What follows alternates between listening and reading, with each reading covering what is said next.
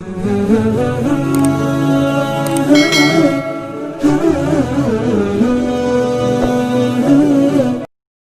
اللہ الرحمن الرحیم۔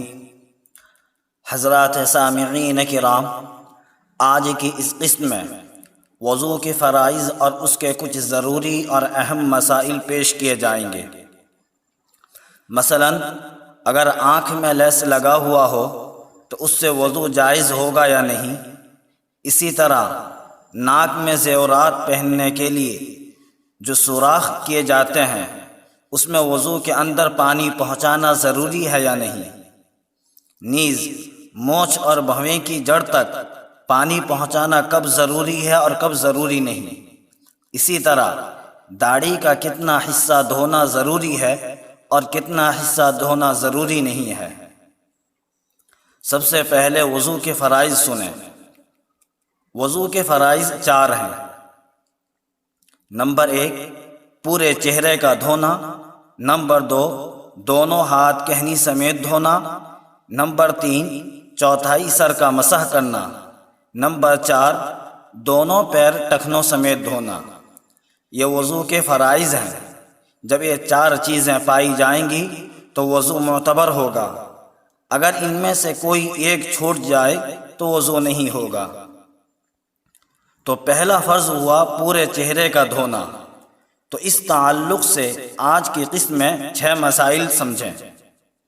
مسئلہ نمبر 1، چہرے کے دھونے کا مفہوم شریعت میں کیا ہے؟ کب ہم مانیں گے کہ چہرہ دھویا گیا؟ جواب، چہرے کے دھونا اسی وقت معتبر اور مانا جائے گا جب آپ چہرے پر اس قدر پانی بہائیں کہ دھونے کے بعد اس سے کم از کم 2 قطرہ تک پانی ٹپکے۔ لہٰذا اگر کسی نے اتنا کم پانی لے کر چہرہ دھویا کہ اس کے چہرے سے 2 قطرہ بھی پانی نہیں ٹپکا تو چہرے کا دھونا شمار نہیں ہوگا، بلکہ یہ تو مسح کرنا کہلائے گا، اس سے وضو نہیں ہوگا۔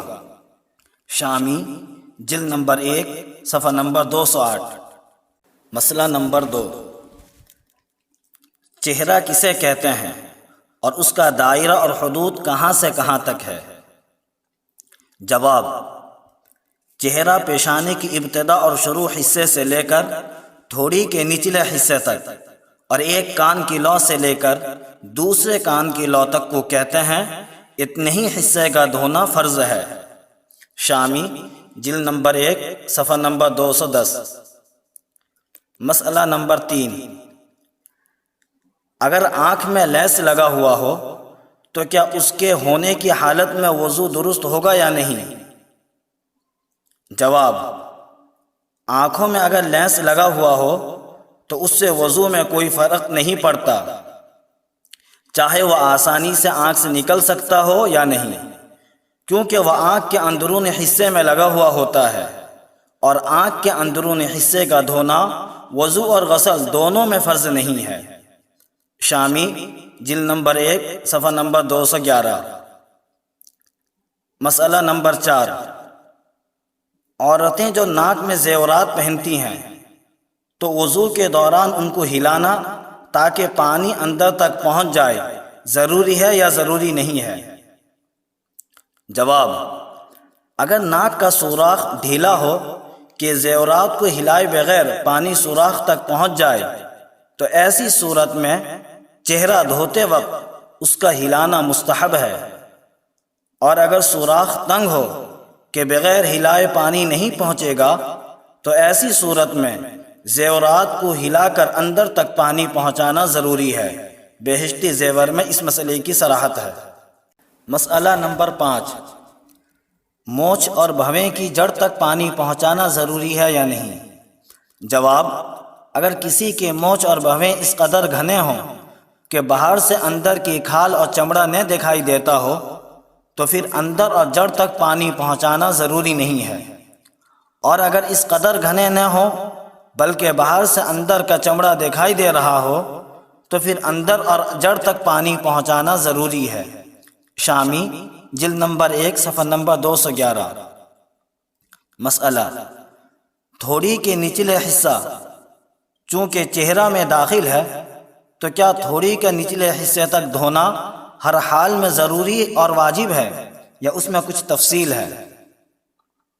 جواب: تھوڑی کے نچلے حصے تک دھونا اس وقت ضروری ہے جب داڑھی نہ ہو، یا ہو تو اس قدر کم ہو کہ اندر کی کھال اور چمڑا باہر سے دکھائی دیتا ہو، اور اگر داڑھی گھنی ہو کہ اندر کی کھال اور چمڑا باہر سے نہ دکھتا ہو تو پھر اندر تک پانی پہنچانا یعنی تھوڑی کے نچلے حصے تک پانی پہنچانا ضروری نہیں ہے، بلکہ داڑھی کے جو بال چہرے کے دائرے اور حدود میں آتے ہیں اس کا دھونا فرض ہے، اور داڑھی کے جو بال تھوڑی کے نیچے لٹکے ہوئے ہوں تو ان کا دھونا سنت ہے، فرض نہیں ہے۔